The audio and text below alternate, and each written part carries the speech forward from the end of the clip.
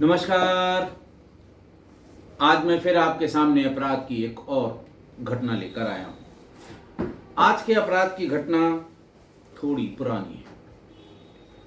बात 2017 की है।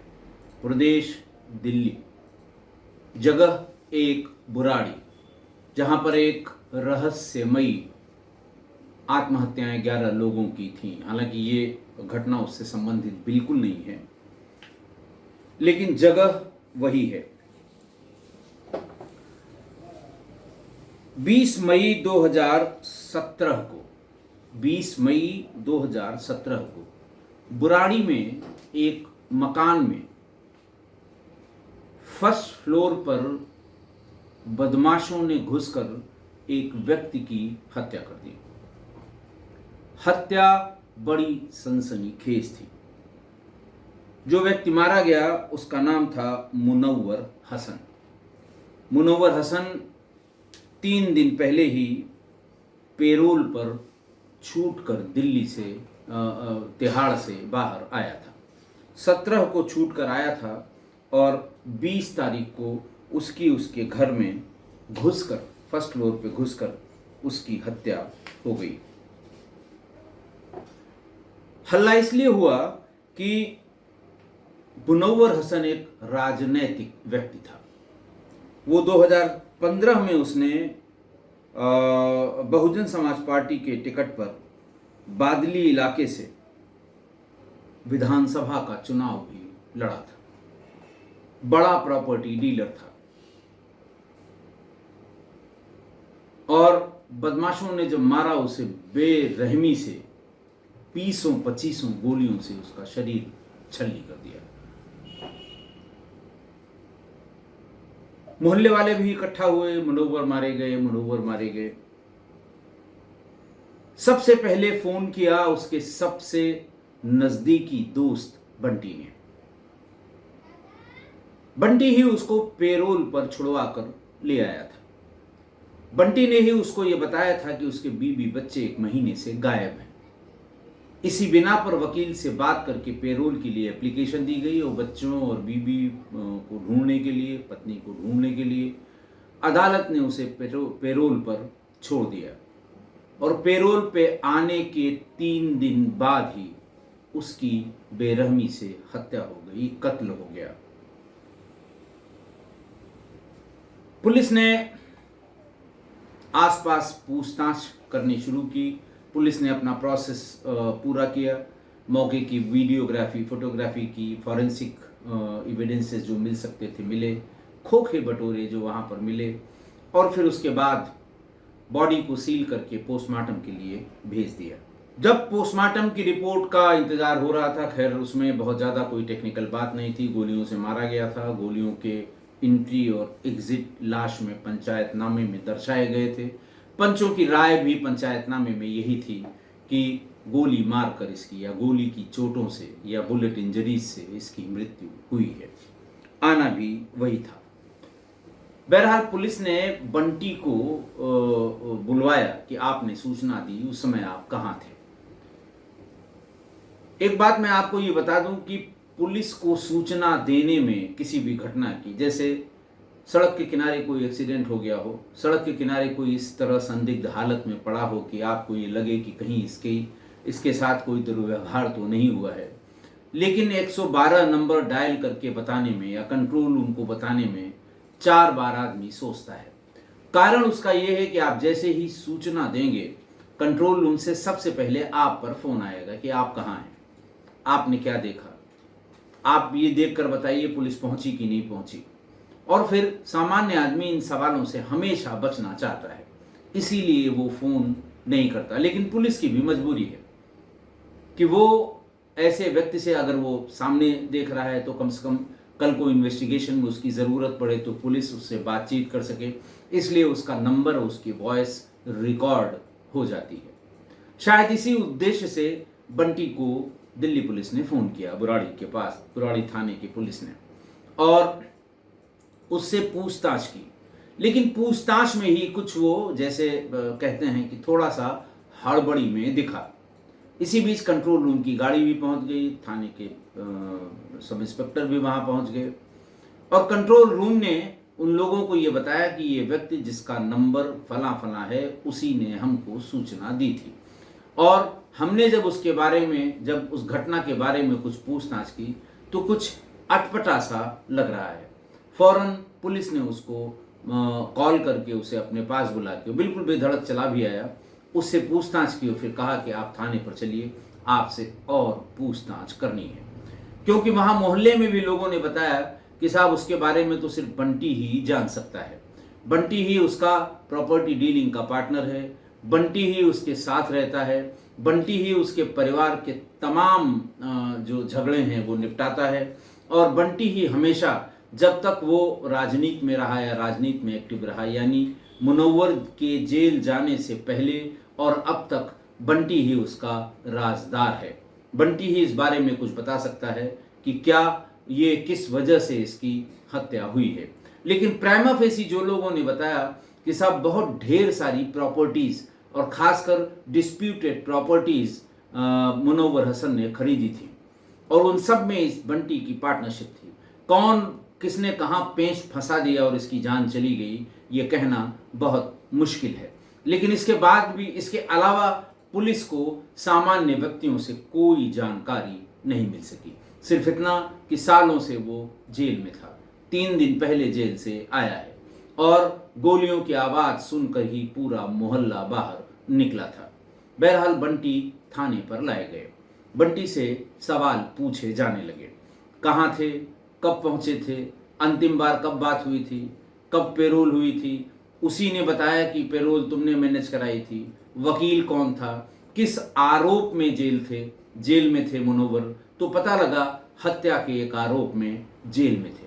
फिर वकील से संपर्क किया कि पेरोल किस लिए दिलाई गई थी, तो वकील ने बताया कि जो कारण बंटी ने बताया था वो ये बताया था कि इसकी बीवी और 4 बच्चे, 2 लड़के और 2 लड़कियां पिछले 1 महीने से गायब हैं। उनका मोबाइल नंबर बंद है, जहां वो रहते थे वहां ताला बंद है। तो ये बात जब बंटी ने जेल में मिलाई के दरमियान मुनव्वर हसन को बताई तो वो बहुत परेशान हो गया कि हम कैसे बच्चों को और पत्नी को ढूंढें। बहरहाल इसी बिना पर ये पेरोल दिया गया। ऐसा जिस वकील ने पेरोल के लिए अप्लाई किया था, बंटी ने जिसका नाम पता बताया था, उसने पुलिस को बताया। पुलिस को ये लगा कि बात तो ये कुछ ऐसी अटपटी है जिसको रिलेट करना थोड़ा मुश्किल होगा। पता लगाया गया कि आखिर इसकी बीवी बच्चे कुल कितने थे, तो पता लगा कि 2 तो इसके बेटे थे और 2 बेटियां थी और चारों का, और पत्नी थी इसकी। पत्नी का भी पता नहीं लग रहा था कि आखिरकार पत्नी कहाँ है। मुनव्वर हसन की बीवी का नाम इशरत था और 2 बेटियां थीं, आरजू 18 साल की और 17 साल की आरशी। उसके अलावा 2 बेटे थे, 20 साल का आकिब और 19 साल का साकिब। ये गंभीर बात थी जो पुलिस को पता लगी। परिवार में कुल इतने ही लोग थे और अंतिम सदस्य मुनव्वर था। तो मुनव्वर की मान लिया प्रॉपर्टी के किसी बात में रंजिश होती तो बाकी बीवी बच्चों से क्या मतलब, क्यों उनको मारा गया होगा, ये सवाल बहुत परेशान कर रहा था। बंटी इसके बारे में कुछ भी बताने को तैयार नहीं था, लेकिन फिर पुलिस को लगा कि इसके पेट में कुछ है जो जुबान पर नहीं आ रहा है। पुलिस ने अपना काम करना शुरू किया, जो उसे पहले समय से ही करना शुरू चाहिए था जब उनको शंका हुई। बहरहाल हर श्रेणी की पूछताछ हुई, कोई श्रेणी नहीं बची, सत्य बोलक यंत्र भी नहीं छूटा। और जब लंबी मशक्कत हो गई, ढेर सारे सांस्कृतिक कार्यक्रम हो गए, बहुत बड़े बड़े वाद्य यंत्र बजे, तब फिर मुंह से आवाज़ बंटी की निकलनी शुरू हुई। बंटी ने बताया कि इलेक्शन लड़ने के पहले हम लोग दोनों लोग एक साथ प्रॉपर्टी डीलिंग का काम करते थे और हम दोनों के पास कुल 44 झगड़े की प्रॉपर्टीज थी, 44। जिन पर मुनव्वर ने अपने दम पर या अपनी दबंगई पर या अपने राजनीतिक रसूख से जैसे भी इन पर कब्जा किया था। लोकेट हम करते थे, कागज पत्र हम निकालते थे, पार्टी हम फंसाते थे, कब्जा वो करता था, और तय हुआ था कि इस तरह की प्रॉपर्टी में आधा आधा हिस्सा होगा। कुल 44 प्रॉपर्टी में 22 प्रॉपर्टी मुझे और 22 मुनव्वर को मिलनी थी। ये हुआ था एक बार इसका सब कागज पत्र सेटल कर लिया जाए, फिर इस प्रॉपर्टीज को, इन 22 को तुम्हारे नाम लिखाया जाएगा, बाकी की 22 को मेरे नाम। लेकिन जब वो इलेक्शन लड़के बाहर आया तो उसकी नीयत खराब हो गई। मेरे पास कोई और चारा नहीं था। मैं सिर्फ ये जानता था कि जो कुछ मेरे पास है वो इन प्रॉपर्टीज में है, और कोई मेरा मददगार है या मेरे लिए कोई कुछ कर सकता है तो वो सिर्फ मुनव्वर भाई हैं। इसके अलावा मुझे चूंकि उनके नाम से, उनके साथ से, उनके प्रोफेशन से या उनके ऑफिस से मुझे मुनव्वर से ही जोड़ के देखा जाता था, इसलिए मैं कहीं और जा नहीं सकता था। मुनव्वर हसन के पलटने के बाद मन ही मन बंटी कसमसाने लगा कि क्या ऐसा किया जाए कि मुनव्वर इतना दबाव महसूस करे, या क्या ऐसा किया जाए कि 22 प्रॉपर्टीज हमारी पूरी की पूरी मुझे मिल जाएं। बहरहाल तिकड़म लगाते लगाते लगाते दिन खराब होने शुरू हुए मुनव्वर के। तो कोई महिला जिसकी प्रॉपर्टी पे कब्जा किया था मुनव्वर और बंटी दोनों ने, वो तैयार हुई रेप का एक मुकदमा लिखाने के लिए मुनव्वर के। पीछे की तरफ से वकील लगाकर पूरी सहायता करके ये मुकदमा बंटी ने मुनव्वर के खिलाफ लिखवा दिया, और मुनव्वर के सामने वो मुनव्वर के साथ सभी अधिकारियों के यहाँ, पुलिस वालों के यहाँ दौड़ता रहा कि फर्जी मुकदमा है, फर्जी मुकदमा है। लेकिन पीछे से वकीलों और उस महिला को इतना चढ़ाया कि अल्टीमेटली मुनव्वर जेल भेज दिया गया। मुनव्वर के जेल जाने के बाद उसने शुरू किया कि अब कैसे इसके परिवार को ख़त्म किया जाए। उसके मन में ये खून सवार था कि परिवार के सभी लोगों को, हमें इसकी हस्ती को मिटा देना है, जमीन से इसे हटा देना है, बर्बाद कर देना है, रोने वाला कोई न बचे। इतना वेंजियंस था उसके अंदर, इतना बदले की भावना उसके अंदर थी, इतना बदले की आग उसके अंदर थी। और फिर उसने अपना खेल शुरू किया। 21 अप्रैल 2017 को, चूंकि परिवार का मददगार था, बंटी ही मुनव्वर के जेल जाने के बाद परिवार को किसी चीज़ की ज़रूरत के लिए, कोई भी चीज़ ज़रूरत होती थी, कहीं अदालत जाना है, वकील के पास जाना है, पेशी पर जाना है, पेशी पे मिलवाना है, जेल ले जाकर मिलाई करानी है बच्चों से और पत्नी से, इन सब का ये सारा काम बंटी करता था। इसलिए बंटी से दूरी बनाने का परिवार का कोई मतलब नहीं था। तो 21 अप्रैल 2017 की सुबह बंटी मुनव्वर हसन की बीवी इशरत जहां और उसकी 2 बेटियां 18 साल की आरजू और 17 साल की अर्शी को लेकर मेरठ की ओर निकला, और ये बताया कि इशरत की बहन वहाँ रहती है, कुछ दिन तुम लोग वहाँ रहो, क्योंकि हो सकता है पुलिस परेशान करने की नीयत से तुम लोगों को गिरफ्तार करे या तुम पर वार करे या तुम्हें खोजे। उन तीनों को लेकर निकला और दौराला के पास एक जगह दोनों बच्चियों और इशरत की हत्या कर दी। हत्या करने के बाद वहीं पर तीनों लाशें उसने दौराला के इलाके में ही दफना दी। दफनाने के बाद बढ़िया सफ़ेद कपड़ा पहना, मूंछों पर ताव देता हुआ, फिर उसकी नज़र इसके बच्चों पे थी जो बुराड़ी में उसके घर रह रहे थे। 2 बच्चे थे, साकिब और आकिब। आकिब की उम्र 20 साल और साकिब की उम्र 19 साल। वो बुराड़ी गया, घर में घुस गया, बंटी अंकल आए हैं, दरवाज़ा खोला गया और फिर हाल चाल पूछा गया। उन्होंने कहा चलो एक सज्जन से तुमको मिलवाते हैं जो तुम्हारे अब्बा की ज़मानत फौरन करा देंगे। वहाँ से वो निकला। उसके बाद वो दोनों को लेके 2 किलोमीटर ही गया होगा कि बच्चों को भी लग गया कि ये मामला कुछ गड़बड़ है। वहीं पर एक मकान जो बंटी का मकान था, उस मकान में दोनों को ले गया और ये बताया कि तुम लोगों को ऊपर वाले को याद करना हो कर लो, तुम्हारे बाप ने मेरे साथ जो किया है आज मैं उसका बदला पूरा करूंगा। ये कह के उसने दोनों को कत्ल कर दिया। शाकिब और आकिब दोनों को जान से मार दिया।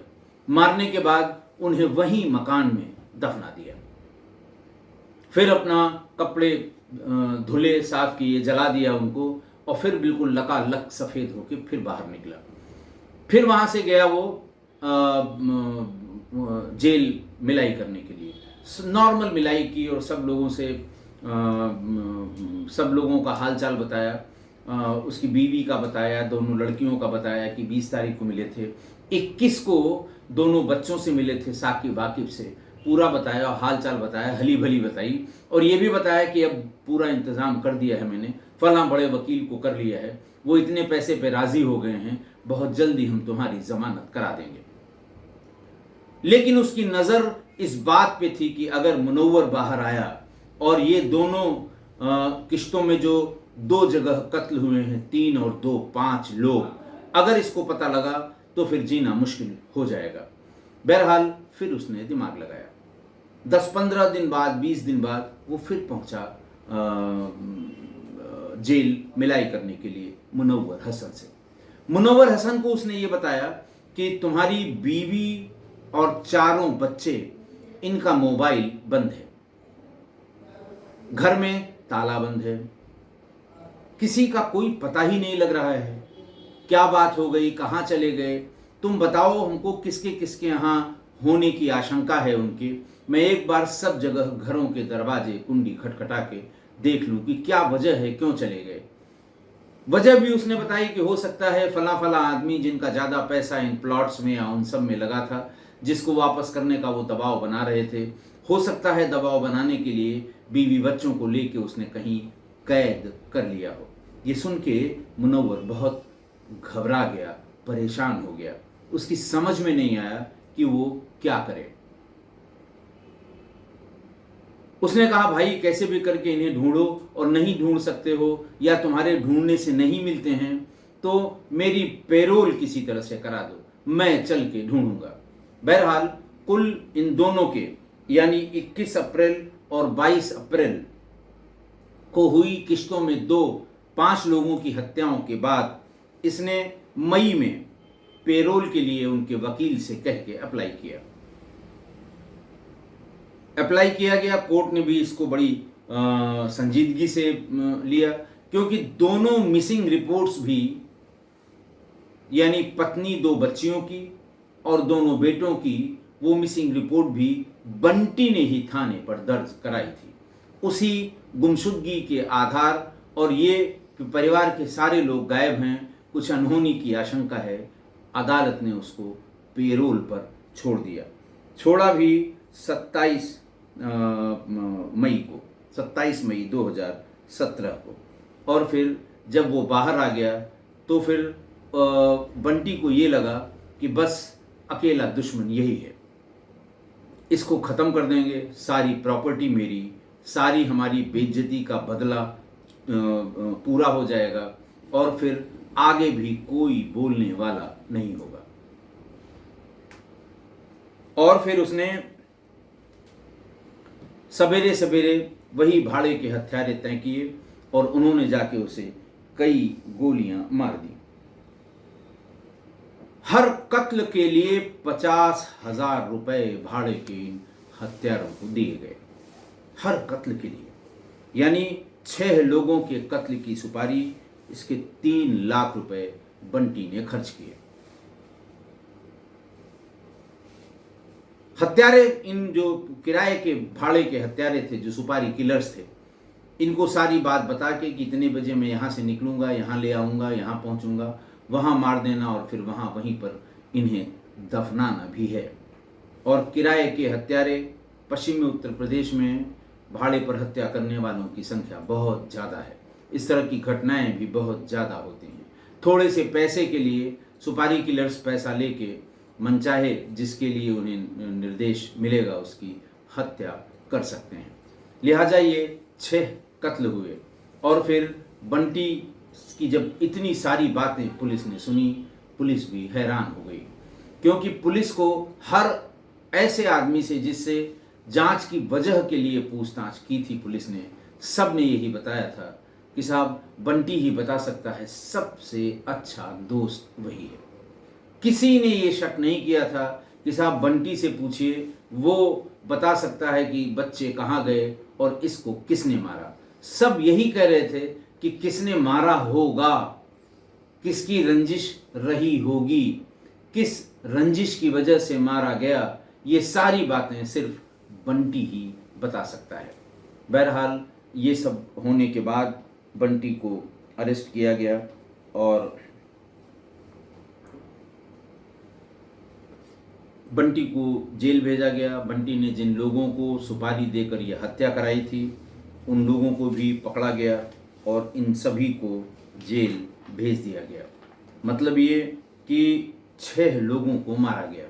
फिर उसके बाद बंटी से जब पूछा गया लाशें कहाँ हैं, तो बंटी की निशानदेही पर 27 एविडेंस एक्ट में दफ़ा 27 की रिकवरी हुई। 5 लाशें बंटी की बताई जगह पर खुदाई करके निकाली गई।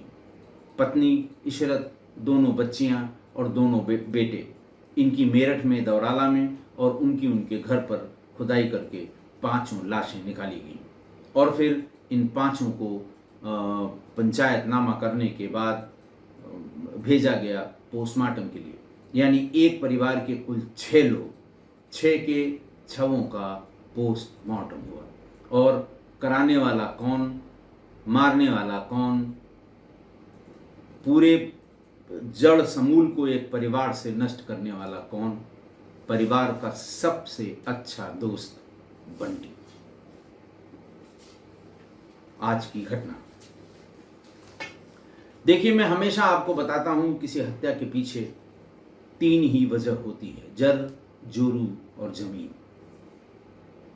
और ये हत्या भी जोरू को छोड़ के बाकी जर और जमीन, उन दोनों में 2 मेजर। अब जब एक से अधिक, तीनों में एक से अधिक अगर तीनों कारण हो तो जघन्यतम हत्याकांड हुए हैं।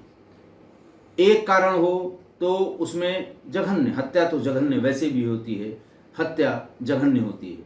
लेकिन अगर कोई 2 कारण हो तो इस तरह की हत्याएं होती हैं जिनमें एक परिवार का परिवार समाप्त हो गया, दिया दिखाने वाला कोई नहीं बचा, याद करने वाला कोई नहीं बचा, बदला लेने वाला कोई नहीं बचा।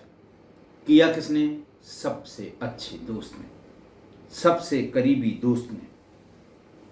कि उसने अपने दोस्त की पत्नी को, 18 और 19 साल की जवान बेटियों को और 19 और 21 साल के जवान बेटों को, इन सब को मारने के बाद उसकी नज़र अपने दोस्त पर पड़ी तो उसे ये बता के कि पेरोल पे चल के उसे ढूंढेंगे, क्योंकि जेल में वो मार नहीं सकता था। दिमाग में उसके आया कि जेल में, लेकिन फिर हिम्मत छूट गई कि जेल में मारा जाऊंगा, पकड़ा जाऊंगा, बाकी सब हत्याओं का राज भी खुलेगा। बेहतर ये है दोस्ती में मीठा बोलकर उसे बाहर निकालकर, पेरोल पर लाकर, जमानत पर लाकर जब वो बाहर हो जाए तो उसका भी दिमाग और दिया दोनों ठंडा कर दिया जाए। और एग्जैक्टली यही किया। अप्लाई करके पूरा दम लगा के उसे पेरोल पे रिहा कराया और उसके बाद उसके घर में ही उसकी हत्या कर दी।